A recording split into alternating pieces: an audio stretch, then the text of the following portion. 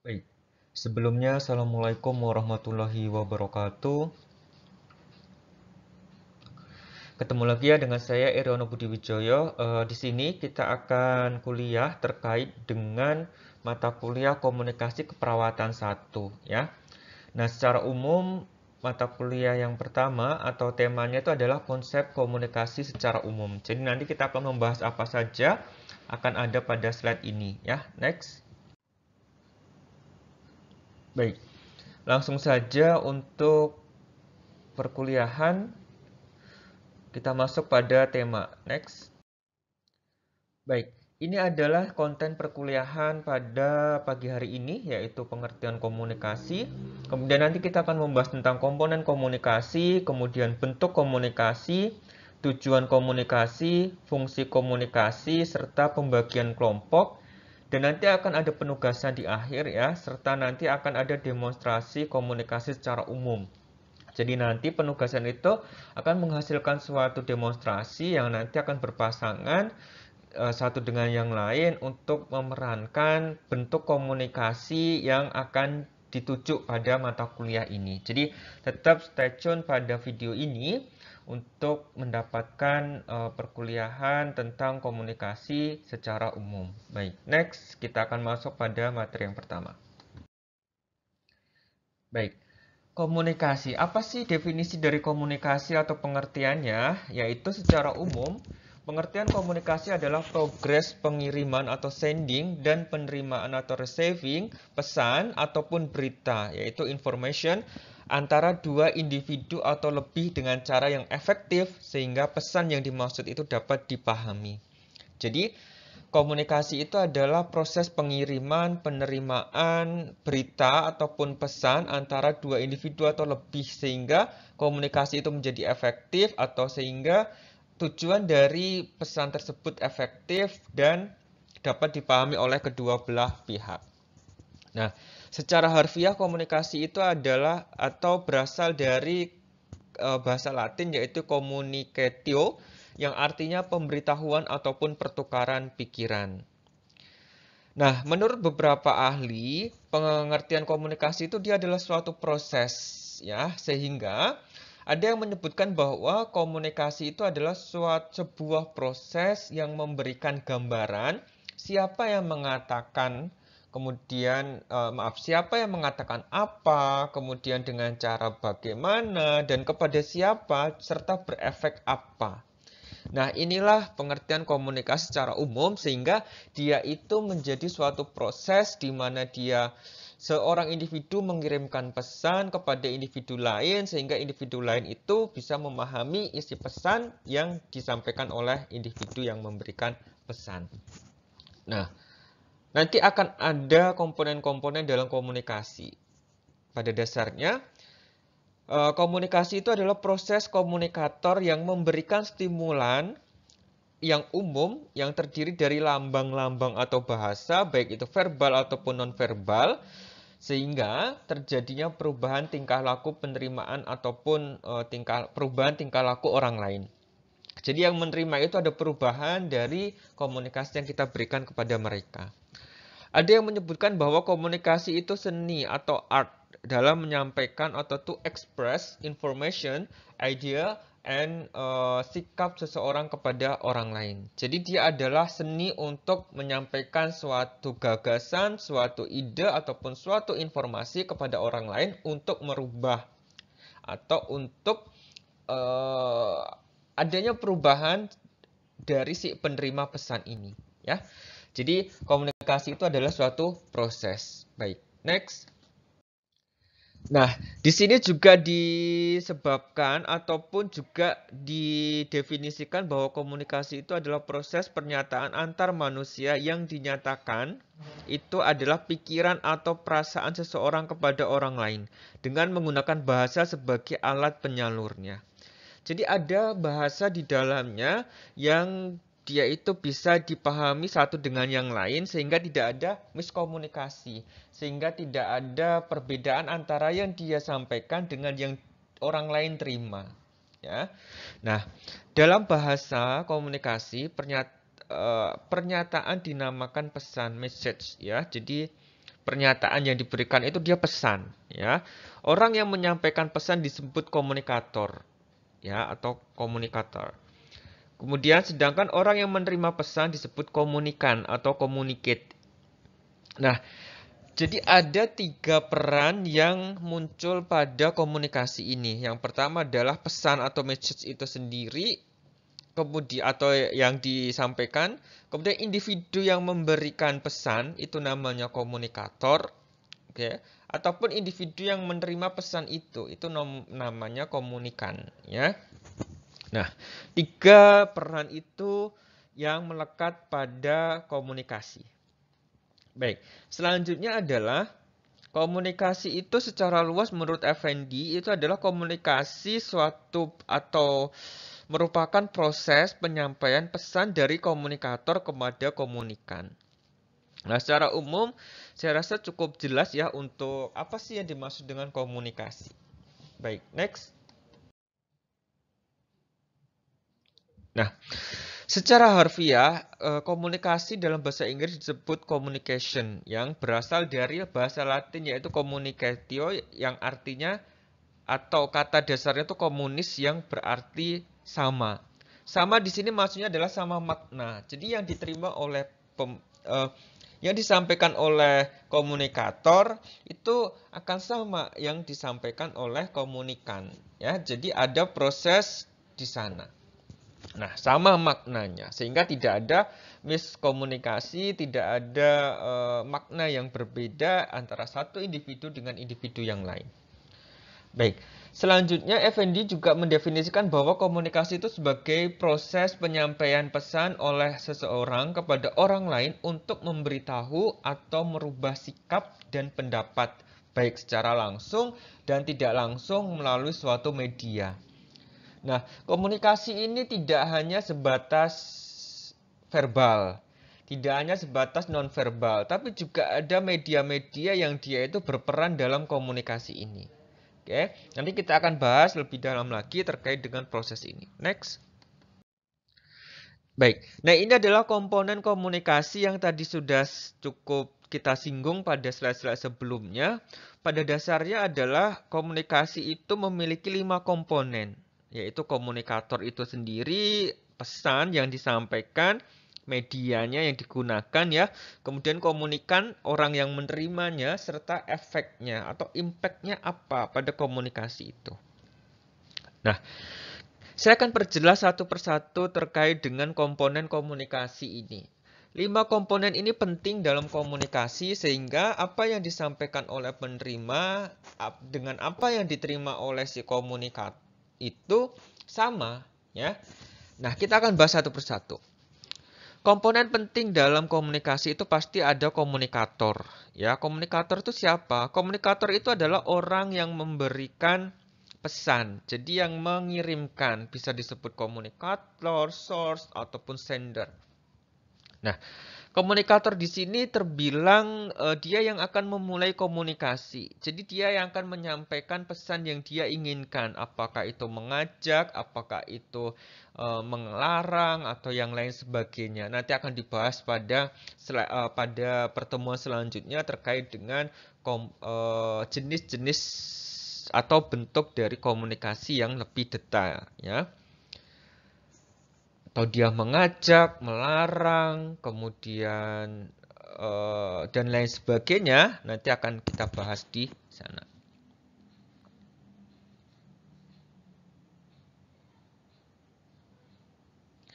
Baik, selanjutnya adalah pesan atau message, yaitu adalah suatu tulisan ataupun suatu hal yang memang dia itu ingin sampaikan kepada orang lain berupa verbal atau ucapan, bisa juga berupa tulisan dalam bentuk hitam di atas putih. Nah, message ini penting untuk menyampaikan kepada orang lain atau kepada komunikan, baik itu individu ataupun kelompok, ya.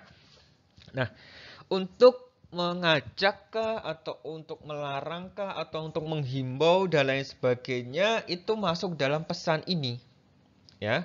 Nah, pesan inilah yang nanti akan menjadi sama makna apa yang disampaikan oleh komunikator dengan apa yang diterima oleh komunikan.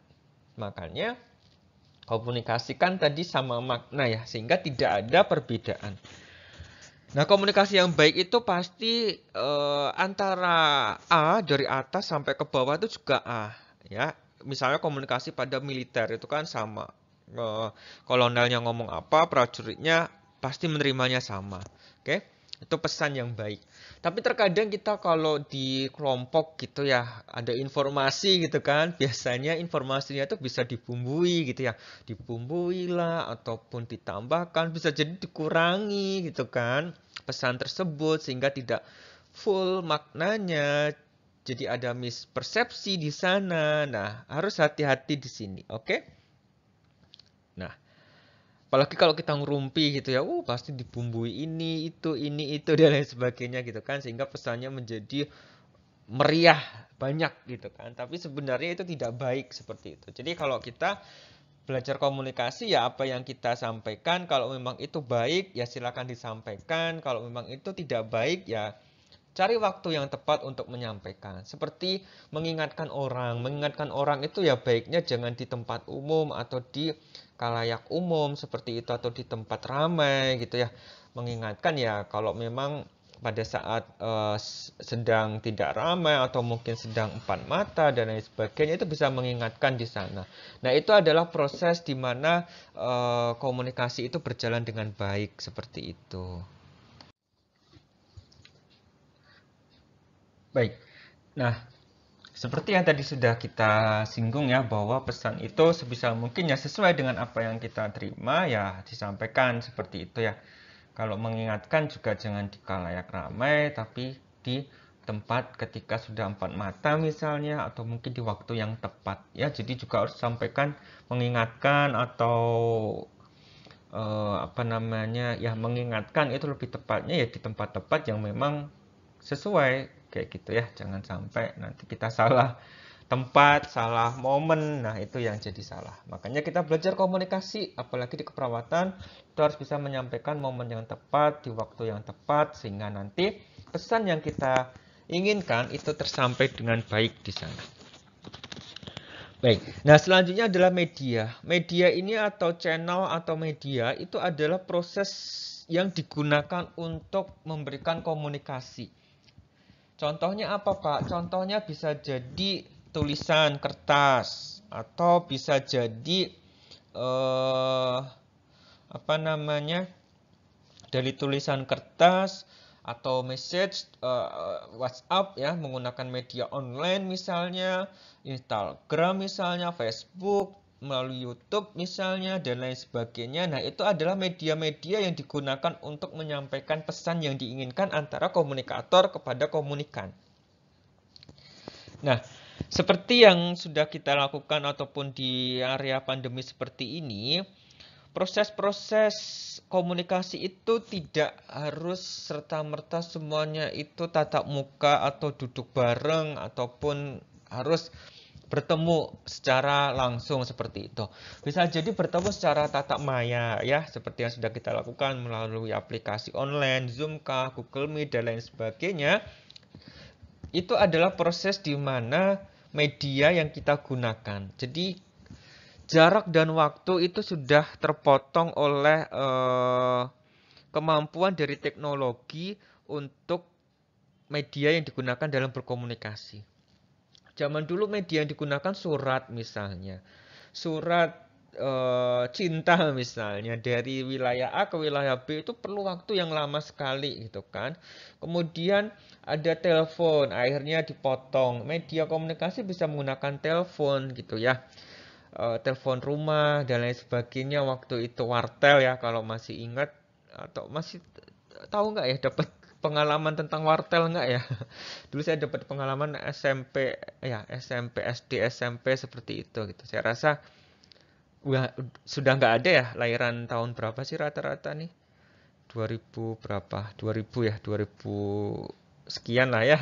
Tapi saya rasa masih ada pada saat itu gitu. Tapi seiring berjalannya waktu itu kan dia akan tergerus oleh zaman dulu itu BBM ya, BlackBerry Messenger ya, BBM, kemudian Line dan lain sebagainya, dan sekarang yang mencokol itu kan ada ya WhatsApp, Facebook masih cukup di atas gitu kan, Instagram dan lain sebagainya. Kalau dulu kan masih ada apa sih namanya, saya lupa, bukan sebelum Facebook tuh apa.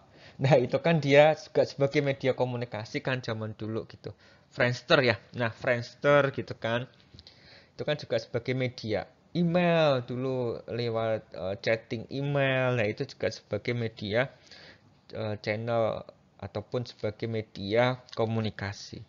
Nah, sekarang lebih mudah, lebih singkat, dan kapanpun bisa berhubungan secara online gitu ya.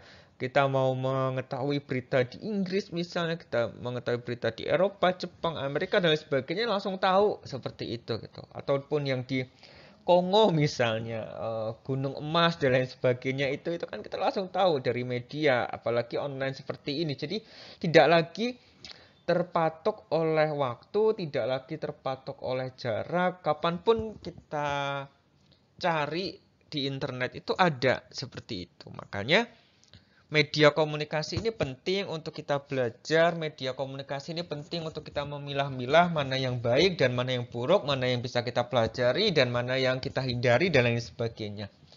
Sehingga media ini bagus dalam hal untuk atau menjadi salah satu komponen penting dalam hal untuk penyampaian pesan dari komunikator kepada komunikan. Ya, saya rasa cukup jelas ya terkait dengan media ini. Nah, baik. Selanjutnya adalah komunikan. Komunikan itu ya bisa komunikan, communicate, kemudian receiver ataupun recipient. Nah, komunikan itu adalah orang yang dia itu menerima pesan dari si komunikator atau orang yang memberikan pesan. Jadi dia menerima pesan. Harapannya adalah pesan yang dia terima itu sama seperti yang disampaikan oleh komunikator atau oleh sumber beritanya, seperti itu. Jadi tidak ada pengurangan pesan, tidak ada penambahan pesan, sehingga apa yang diterima oleh komunikan itu proporsional dan maknanya sama. Ya, tadi yang disampaikan maknanya sama ataupun kata dari si komunis itu gitu ya. Jadi dia sama. Sama dalam artian itu sama maknanya ya. Cukup jelas ya terkait dengan komunikan ini. Baik. Selanjutnya komponen komunikasi yang paling penting adalah efek. Nah, ketika komunikator sudah memberikan keinginannya atau pesannya, kemudian pesan disampaikan melalui media yang tepat, kemudian diterima oleh komunikan. Nah, imbasnya apa, efeknya apa, impactnya apa, influence-nya apa, gitu kan? Di sini penting untuk penerimaan dari pesan itu. Apakah pesan itu mengajak untuk mengikuti? Ya, kalau efeknya seperti itu ya mengikuti. Itu bagus. Tapi kalau dia efeknya atau pesannya adalah untuk melarang atau dilarang tapi dia masih mengikuti, ya berarti efeknya efek yang negatif seperti itu. Jadi impact ini akan melihat bagaimana sih komunikan itu dia bertindak, ya. Apakah mengikuti dari pesan atau apakah dia itu tidak mengikuti dari pesan, ya. Baik. Baik. Nah, efek itu menjadi penting, efek itu menjadi hal yang diinginkan oleh komunikator terkait dengan perubahan sikap dari komunikan, bagaimana dia itu mengartikan pesan yang dia berikan atau komunikator berikan. Ya, itu adalah efek. Ya, efek itu pasti perubahan perilaku bisa jadi ke arah positif atau negatif. Positif itu yang mengikuti apa yang diinginkan, negatif itu yang bertentangan dengan apa yang diinginkan oleh komunikator melalui pesan. Nah, itu adalah komponen komunikasi yang penting dalam proses untuk meningkatkan komunikasi yang bagus dalam komunikator sampai ke komunikan untuk komunikasi ini. Baik. Oke, saya lanjutkan ya, kita terkait dengan komunikasi tersebut. Next. Baik, ini adalah bentuk komunikasi yang dirumuskan oleh Mulyana pada tahun 2005, saya rasa bentuk komunikasi ini adalah bentuk yang universal, yang ada di dalam semua lini kehidupan, ya. Dan kita pasti melakukan bentuk komunikasi ini. Karena kan kita sudah berumur ya, berusia seperti itu. Saya rasa sudah melewati pengalaman yang lebih banyak dan 5 komponen ini atau 5 bentuk komunikasi ini juga sering dilakukan oleh kita semuanya. Apa saja itu? Nah, yang pertama adalah komunikasi intrapribadi atau interpersonal communication. Guys, sembari saya sampaikan, sembari saya jelaskan satu persatu bahwa komunikasi intrapribadi itu atau intrapersonal communication itu adalah komunikasi yang terjadi diri kita dengan kita sendiri. Contohnya apa? Contohnya ketika saya ingin mencapai cita-cita saya. Oh, saya harus lanjut studi. Pasti dalam benak pikiran kita, mampu nggak ya saya melakukan itu? Biayanya dari mana? Kemudian kalau ada tugas saya bisa menyelesaikan tidak. Saya cukup capable tidak untuk mengikuti perkuliahan dan lain sebagainya. Oke, atau mungkin ketika senang sama gebetan gitu ya, senang sama orang lain, lawan jenis dan lain sebagainya gitu ya. Nah, itu bagaimana kita memerankan, aduh dia, saya layak nggak ya untuk dia, aduh sepadan nggak ya untuk dia, aduh ini gimana ya, dan lain sebagainya. Nah, itu adalah bentuk komunikasi intrapribadi yang dia itu akan membahas tentang proses, tentang proses interpersonalnya, komunikasi interpersonalnya. Jadi komunikasi yang terjadi pada dirinya sendiri, dia dengan dirinya sendiri, kita seperti itu. Jadi dalam pikiran saja, interpersonal. Saya rasa cukup jelas ya. Jadi ini adalah bentuk komunikasi yang bisa jadi mendukung kita atau bahkan mempertimbangkan apa yang menjadi putusan kita. Layak nggak ya? Bisa nggak ya? Nah, biasanya kan terjadi seperti itu. Nah, komunikasi intrapribadi biasanya teorinya mengatakan self-talk gitu ya. Jadi berbicara pada diri sendiri. Terkait dengan apa yang sudah kita lakukan hari ini. Evaluasinya apa yang kita lakukan hari ini. Nah, itu masuk dalam intrapribadi. Saya rasa sebelum tidur misalnya kalau ingin mengingat-ingat sehari ini saya ngapain ya. Besok rencana saya mau ngapain ya. Nah, itu tidak masalah. Itu masuk dalam contoh komunikasi intrapribadi. Oke. Nah, nanti dari 5 ini ada yang akan kita praktikkan ya terkait dengan komunikasi yang sesuai untuk ini tuh yang mana. Oke. Baik, cukup jelas ya. Nah, selanjutnya adalah komunikasi antar pribadi, interpersonal communication. Nah, antar pribadi ini adalah menjadi dasar yang penting karena ini akan bertemu orang dengan orang, individu satu dengan individu yang lain di mana pasti berbeda. Nah, inilah yang harus disampaikan pesannya itu. Pesan yang disampaikan itu sesuai atau tidak, efeknya yang diinginkan atau tidak, kemudian menggunakan media apa. Nah, itu adalah komunikasi antar pribadi atau interpersonal communication di mana komunikasi ini terjadi antara satu individu dengan individu yang lain sehingga menghasilkan efek yang diinginkan. Ya.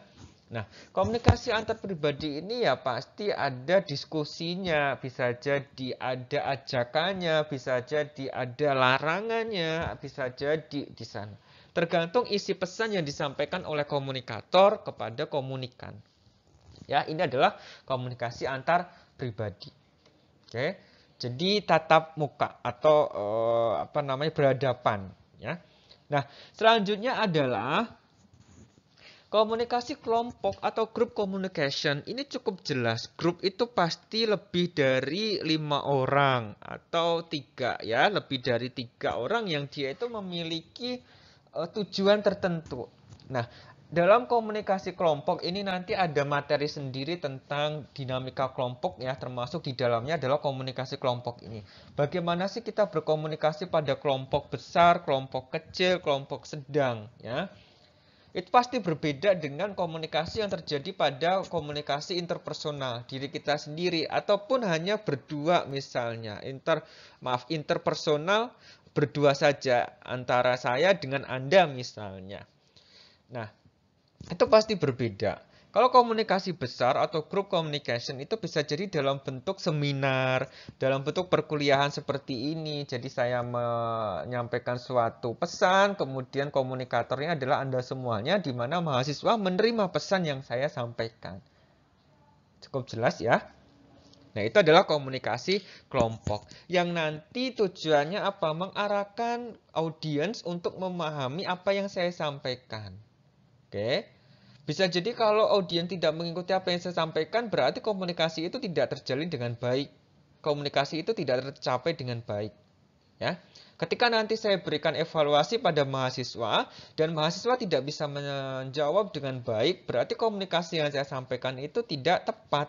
Komunikasi yang saya sampaikan itu tidak sesuai. Seperti itu gitu. Itu contoh dalam komunikasi kelompok. Nanti akan ada dinamika kelompoknya sendiri. Oke, baik. Nah, selanjutnya adalah komunikasi organisasi atau organization communication.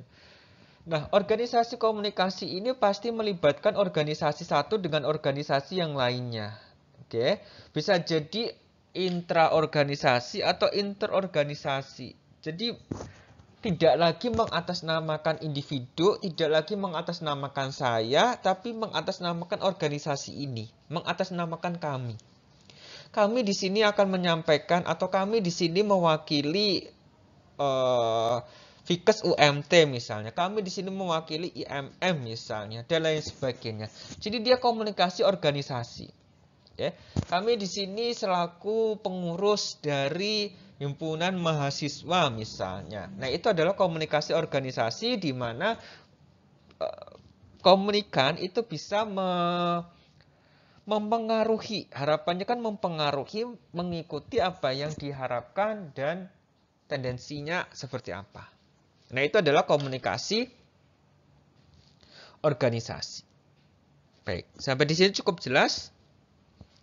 Oke, kalau cukup jelas atau ada pertanyaan, silakan ditanyakan pada kolom komentar, ya.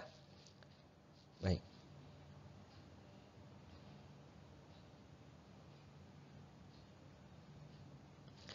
Baik, kalau tidak ada pertanyaan, kita lanjutkan yang terakhir, bentuk komunikasi, yaitu komunikasi massa atau mass communication. Nah, komunikasi massa ini pasti massa yang banyak, ya, seperti orasi, demo, kemudian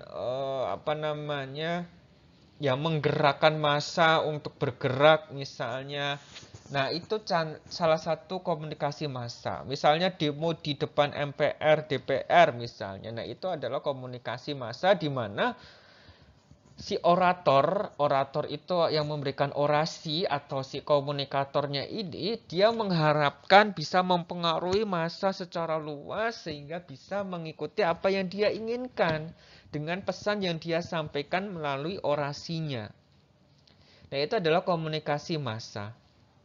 Oke, jadi massa bisa mengikuti apa yang diinginkan, massa bisa menjalankan apa yang sudah direncanakan. Nah, itu adalah bentuk komunikasi, ya, yang nanti akan beberapa kita praktekkan pada akhir perkuliahan ini. Baik, next. Baik, ini adalah tujuan komunikasi. Nah, pasti tujuan komunikasi itu kan akan melihat efeknya, ya kan? Kan kita kalau ngomong itu kan pasti punya tujuan ya. Makanya ada tujuannya komunikasi ini apa. Saya menyampaikan perkuliahan ini kan juga pasti ada tujuan. Ini kan bentuk komunikasi, ya kan? Bentuk komunikasi dengan grup, di mana saya menyampaikan bahwa saya akan menyampaikan tentang perkuliahan konsep secara umum untuk komunikasi. Nah, harapannya apa? Harapannya mahasiswa paham tentang komunikasi ini. Nah, kita akan lihat nih tujuan komunikasi ini.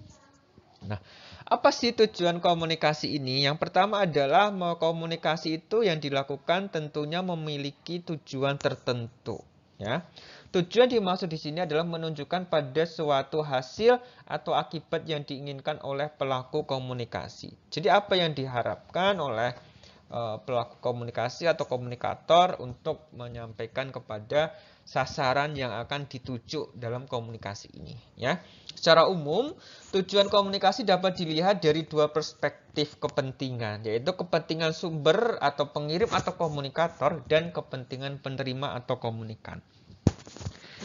Nah, contohnya ini, tujuan komunikasi perkuliahan ini tujuannya kan adalah untuk mencerdaskan mahasiswa, ya kan, untuk memahamkan mahasiswa.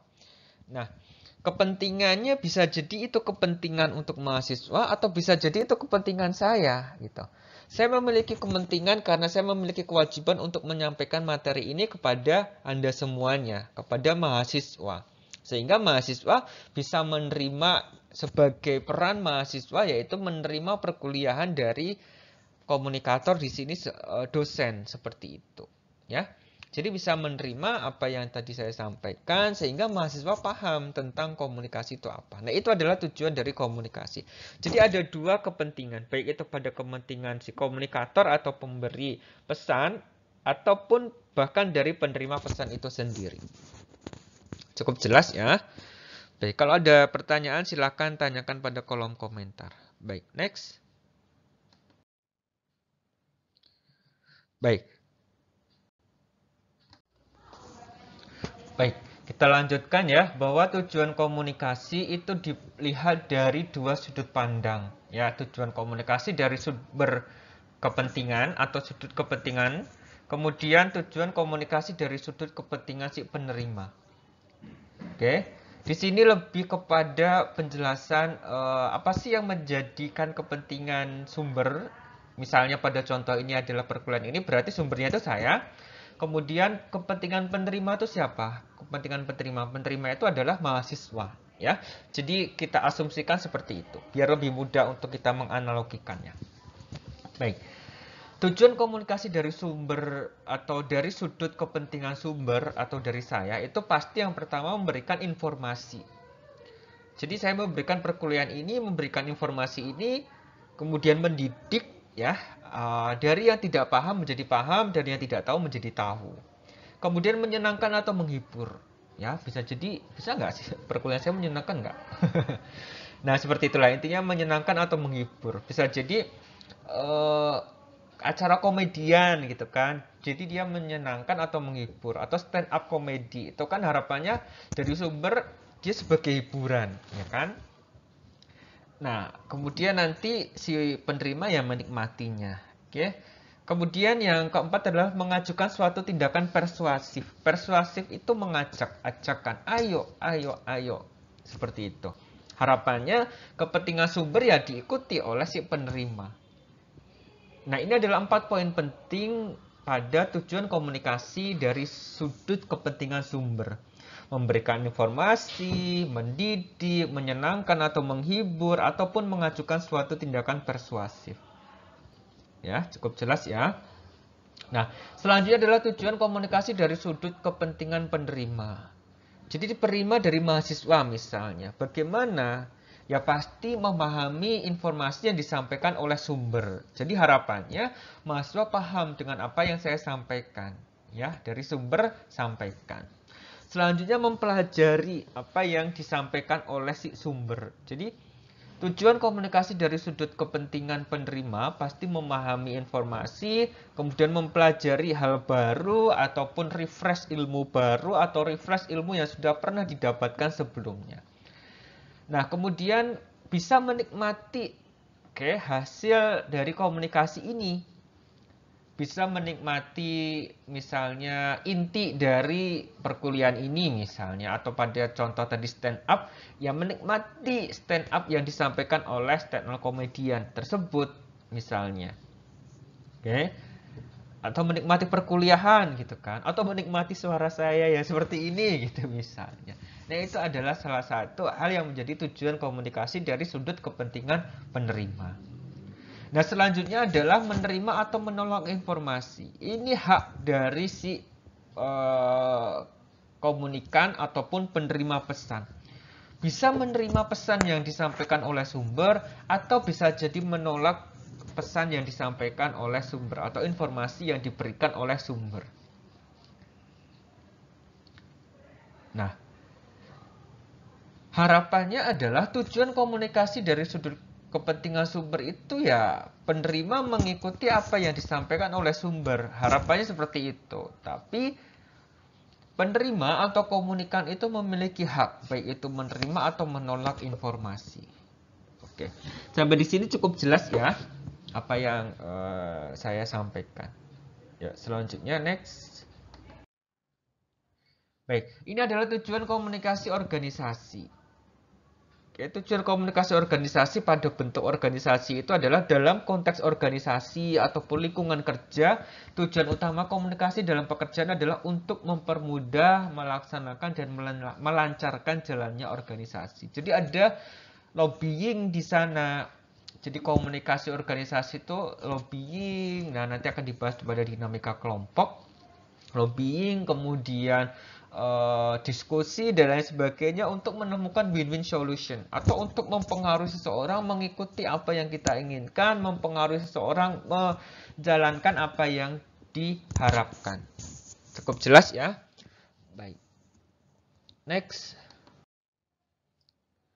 Baik, ini adalah fungsi komunikasi. Nah, kalau tadi kita bahas definisi, bentuk, tujuan, terus fungsinya apa sih komunikasi ini? Ada beberapa fungsi komunikasi yang menjadikan penting komunikasi ini. Nah, fungsi komunikasi itu kalau ditinjau dari arti yang lebih luas, tidak hanya diartikan sebagai pertukaran berita, tidak hanya diartikan sebagai pertukaran pesan, tapi juga sebagai kegiatan individu ataupun kelompok mengenai tukar-menukar data, fakta, ataupun ide di sana. Sehingga komunikasi ini berjalan dengan baik. Ide saya seperti ini, silahkan diikuti. Oke, diikuti. Oh, sepertinya tidak baik ide itu. Faktanya seperti ini loh. Gimana kalau kita mengikuti faktanya? Jadi ada tukar-menukar informasi, data, dan lain sebagainya antara satu individu dengan individu yang lainnya.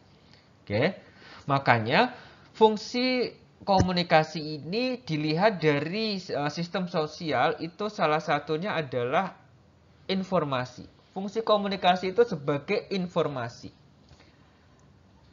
Apa yang dimaksud dengan informasi? Yaitu adalah pengumpulan, penyimpanan, dan juga penyebaran berita. Oke, baik itu ataupun penyebaran gambar, fakta, ataupun pesan yang lain yang dibutuhkan agar dapat mengenai secara jelas terhadap kondisi lingkungan dan orang lain agar dapat mengambil kepentingan yang benar. Nah, informasi ini harapannya adalah informasi yang baik sehingga penerima itu bisa menganalogikan bahwa pesan yang diterimanya itu baik. Oke, gambar yang disampaikan itu baik, fakta yang disampaikan itu baik. Nah, itu adalah fungsi komunikasi yang pertama. Baik, next. Baik, yang kedua adalah fungsi komunikasi sosialisasi. Nah, setelah kita mendapatkan informasi, bisa jadi fungsi komunikasi ini adalah untuk memberikan sosialisasi. Apa itu? Yaitu menginginkan orang bersikap dan bertindak sebagai anggota masyarakat yang efektif sehingga sadar akan fungsi sosialnya sehingga ia paham, ia dapat berpikir di dalam masyarakat. Nah, sosialisasi di sini adalah di mana disampaikan dari yang tidak paham menjadi paham. Sosialisasi tentang tilang elektronik misalnya pada polisi itu kan perlu ada sosialisasi. Nah, fungsi komunikasi ini salah satunya adalah sosialisasi ini. Oke, cukup jelas ya. Baik, selanjutnya adalah motivasi. Motivasi itu adalah menjelaskan setiap tujuan masyarakat dalam jangka pendek maupun jangka panjang. Jadi harapannya ada motivasi di dalamnya. Fungsi komunikasi ini ya salah satu adalah memotivasi agar bersemangat, agar lebih aktif, agar tidak mudah untuk down dan lain sebagainya. Ya, jadi ada proses motivasi di sana. Seperti Mario Teguh misalnya. Nah, itu kan adalah proses, ya. Salah satu fungsi komunikasi adalah memotivasi. Nah, selanjutnya adalah perdebatan dan diskusi, yaitu menyediakan dan saling menukar fakta yang perlu untuk memungkinkan persetujuan atau menyelesaikan perbedaan pendapat mengenai masalah publik. Nah, perdebatan ini pasti ada individu satu dengan individu yang lainnya yang memiliki tujuan yang berbeda, sehingga dia berdebat, sehingga dia berdiskusi untuk menentukan mana yang tepat, mana yang bisa disampaikan, atau untuk mengambil win-win solution yang paling bagus seperti itu. Nah, itu adalah salah satu fungsi komunikasi terkait dengan perdebatan dan juga diskusi. Selanjutnya apa yang menjadikan penting fungsi komunikasi ini? Yaitu pendidikan. Oke, pendidikan adalah pengalihan ilmu pengetahuan sehingga mendorong perkembangan intelektual yang diperlukan semua dalam bidang kehidupan. Nah, fungsi komunikasi di sini pendidikan salah satunya perkuliahan seperti ini. Ini adalah fungsi komunikasi untuk pendidikan, yaitu pengalihan ilmu pengetahuan yang saya miliki ditransfer kepada komunikan yaitu mahasiswa sehingga mendorong perkembangan intelektual, ya. Baik. Saya rasa cukup jelas ya. Oke, kalau ada pertanyaan silahkan ajukan pada kolom komentar. Baik, next. Nah, ini adalah fungsi komunikasi yang keenam, yaitu memajukan kebudayaan. Penyebaran hasil kebudayaan dan seni dengan maksud melestarikan kebudayaan. Jadi ada proses di mana memajukan kebudayaan, ada proses di mana masyarakat ataupun orang yang belum mengetahui itu atau dalam budaya-budaya tertentu itu bisa ditingkatkan untuk memajukan kebudayaannya atau melestarikan kebudayaannya. Seperti itu ya. Oke, saya rasa cukup jelas ya. Baik, yang ketujuh adalah hiburan. Fungsi komunikasi seperti yang tadi saya contohkan pada stand up comedy. Nah, fungsi komunikasinya ya bersifat hiburan seperti itu. Kalau ada yang tersinggung dan lain sebagainya, sebenarnya background itu kan dia hiburan ya. Jadi ya dikomunikasikan di awal gitu. Dan saya rasa penyampaian pesan itu juga harus hati-hati misalnya dalam stand up comedy. Karena bisa jadi kita anggap itu lucu, menurut orang lain itu adalah hinaan misalnya. Jadi itu harus hati-hati. Oke. Fungsi komunikasi sebagai hiburan mulai dari penyebaran simbol, suara, serta image dari drama, tari, kesenian, masalah, dan lain sebagainya untuk kesenangan kelompok ataupun individu tertentu. Jadi seperti drama Korea, film gitu ya. Kemudian tari, kesenian, dan lain sebagainya itu fungsi komunikasi untuk menyampaikan apa sih yang diinginkan di sana. Ya, salah satunya di sini adalah hiburan. Oke. Mural gitu ya misalnya, mural. Nah, itu kan juga dia komunikasi, cuma komunikasinya dalam bentuk bisa jadi tulisan ataupun virtual dan lain sebagainya gitu ya. Simbol-simbol gitu untuk menyuarakan suatu ide ataupun suatu gagasan atau hanya hiburan semata. Oke. Baik, yang terakhir adalah fungsi komunikasi yaitu integrasi.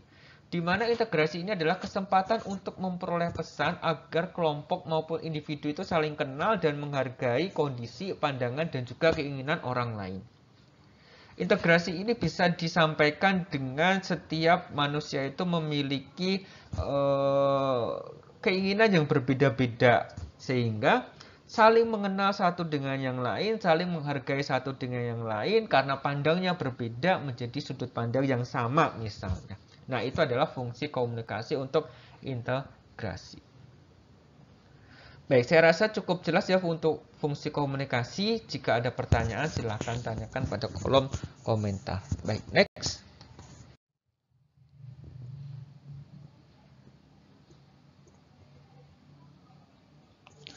Baik, ini masuk kepada kolom penugasan. Oke, penugasan ini akan saya jelaskan secara rinci bagaimana seseorang itu menyelesaikan atau mahasiswa yang menyelesaikan penugasan untuk mata kuliah komunikasi keperawatan 1 pada pertemuan ini ya. Akan saya jelaskan penugasannya seperti apa. Oke, jadi silakan pahami. Jika ada pertanyaan bisa pen menghubungi saya ataupun nanti bisa ditanyakan lewat kolom komentar. Baik, next. Baik, penugasannya adalah silahkan untuk si pen membagi kelompok menjadi berpasangan, ya, dibagi habis setiap kelas. Contohnya misalnya satu kelas ada 40 orang mahasiswa. Oke, jadi ada 20 pasang lalu diacak untuk mendapatkan materi masing-masing kelompok untuk melakukan praktikum dengan pasangannya masing-masing. Jadi misalkan dia ada 40 orang, berarti dibuat sepasang-sepasang ada 20 pasang. Ya, silakan itu diacak ya. Kemudian nanti silakan menyelesaikan penugasan ini. Oke. Nah, selanjutnya kelompok dibagi berdasarkan bentuk-bentuk komunikasi yang sudah dipelajari. Jadi setiap pasang ya, jadi gini contohnya. Satu pasang, ya kan, satu pasang. Oh maaf, satu pasang terdiri dari dua orang, A dan B. Nah nanti A dan B ini menyelesaikan komunikasi berdasarkan dari bentuk komunikasi yang sudah kita jelaskan atau yang sudah saya jelaskan tadi ya. Penugasannya bagaimana? Penugasannya adalah next. Nih, pembagian kelompok ada kelompok 1 dan kelompok 2. Kelompok 1 itu komunikasi intrapribadi atau interpersonal communication. Kemudian kelompok 2 adalah komunikasi antarpribadi atau interpersonal communication. Nah, satu pasang tadi A dan B itu menyelesaikan dua komunikasi ini, intrapribadi dan komunikasi antarpribadi. Satu sebagai komunikator, satu sebagai komunikan. Pun sama, satu sebagai komunikator dan satu sebagai komunikan pada kelompok 2. Ya. Jadi si A sebagai komunikan pada kasus ataupun kelompok 1, komunikasi intrapribadi misalnya. Berarti si B, ya dia adalah komunikator pada kelompok 2 dan juga komunikan pada kelompok 1. Cukup jelas, ada gambaran ya. Jadi beralih peran-perannya. Oke. Baik, next. Nah, selanjutnya penugasan ini bersifat pasangan ya. Jadi membuat percakapan untuk masing-masing pasangan lebih dahulu baru melanjutkan untuk pembuatan video komunikasinya. Jadi ada dialog di sana. Jadi namanya itu SP ya, atau strategi pelaksanaan terkait dengan apa yang akan disampaikan atau terkait dengan apa yang akan diucapkan oleh pasangan ini. Ya, baik si A ataupun si B sebagai komunikator ataupun sebagai komunikan. Jadi ada proses ditulis tangan terlebih dahulu. Si A itu mau ngomong apa ditulis. Kemudian jawabannya apa ditulis.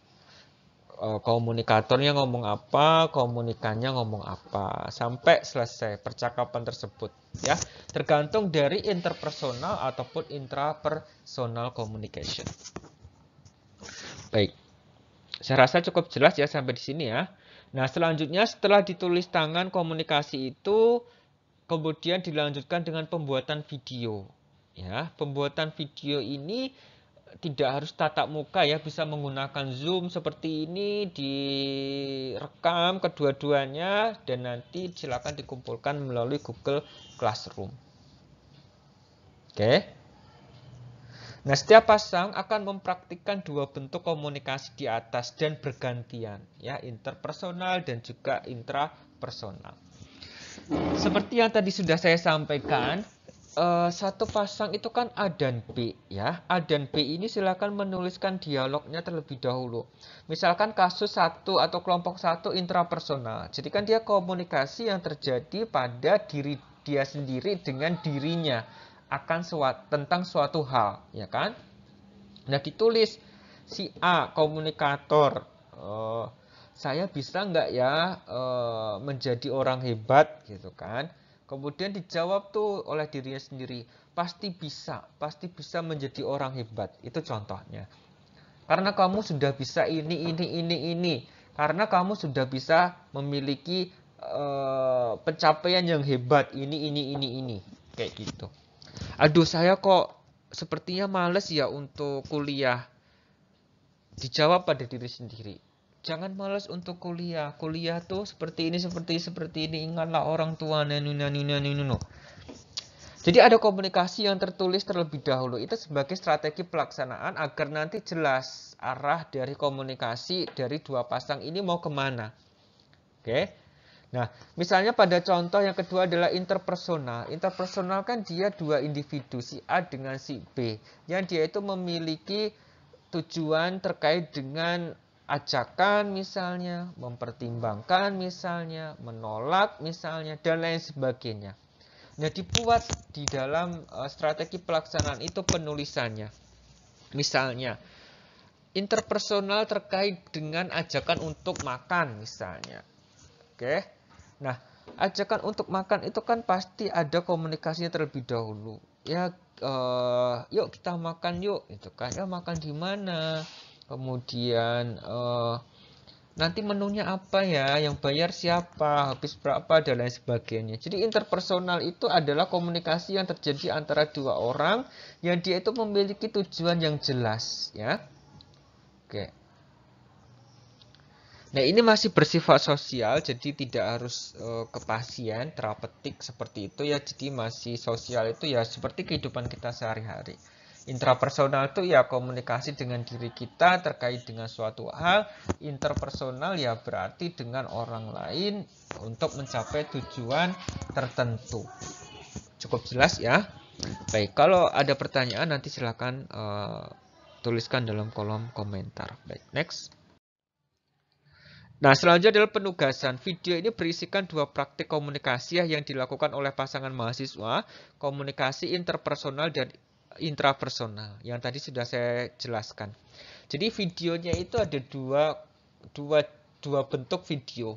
Video komunikasi untuk komunikasi intrapersonal dan video untuk komunikasi interpersonal.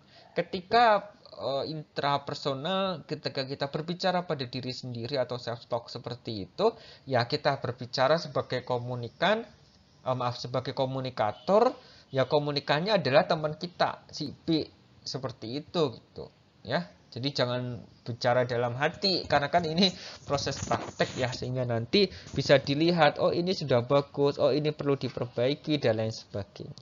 Oke? Baik. Nah, video ini tidak harus tatap muka ya, direkam langsung seperti itu tidak. Maksud tatap muka secara offline itu tidak, jadi bisa dilakukan secara online. Jadi dimanapun, kapanpun bisa. Saya rasa sudah cukup jelas ya tentang editing video gitu ya, Filmora lah, atau KineMaster lah, dan lain sebagainya ya. Atau paling simpel sih menurut saya tinggal zoom, direkam gitu ya, jadi gitu kan. Tinggal nanti dicek gitu ya. Atau bisa video call WhatsApp kemudian rekam layar seperti itu kan juga bisa menjadi salah satu proses ya. Yang penting adalah spesifikasi videonya pastikan tampak layar ya, pastikan tampak ekspresinya, pastikan tampak terkait dengan individu yang menyampaikan ataupun komunikan yang menerimanya ya, dan juga suaranya jelas. Jadi jangan sampai nanti suaranya hilang, hanya ekspresi saja. Jadi harus pastikan spesifikasi video itu antara rekaman video dengan MP3 ataupun dengan voice-nya itu sesuai, ya. Baik. Sampai di sini pertanyaan? Oke. Untuk penugasan ini silakan nanti langsung dikumpulkan ke Google Classroom ya. Nanti akan saya pandu melalui Zoom, jadi nanti kita akan Zoom juga ya untuk sesuai dengan jadwal yang sudah ditentukan, sehingga nanti apa yang belum dipahami bisa ditanyakan pada Zoom tersebut. Oke, baik, next. Ada pertanyaan? Kalau tidak ada pertanyaan, saya akhiri untuk video ini. Sukses untuk semuanya ya. Kita bertemu lagi melalui Zoom dan Google Classroom. Penugasan ini silakan diselesaikan melalui Google Classroom. Dan pastikan si pen ya untuk Google Classroom sudah masuk semua mahasiswanya ya, karena UTS, UAS dan penugasan masuk ke sana semuanya. Baik, itu saja yang bisa saya sampaikan. Saya akhiri. Wassalamualaikum warahmatullahi wabarakatuh.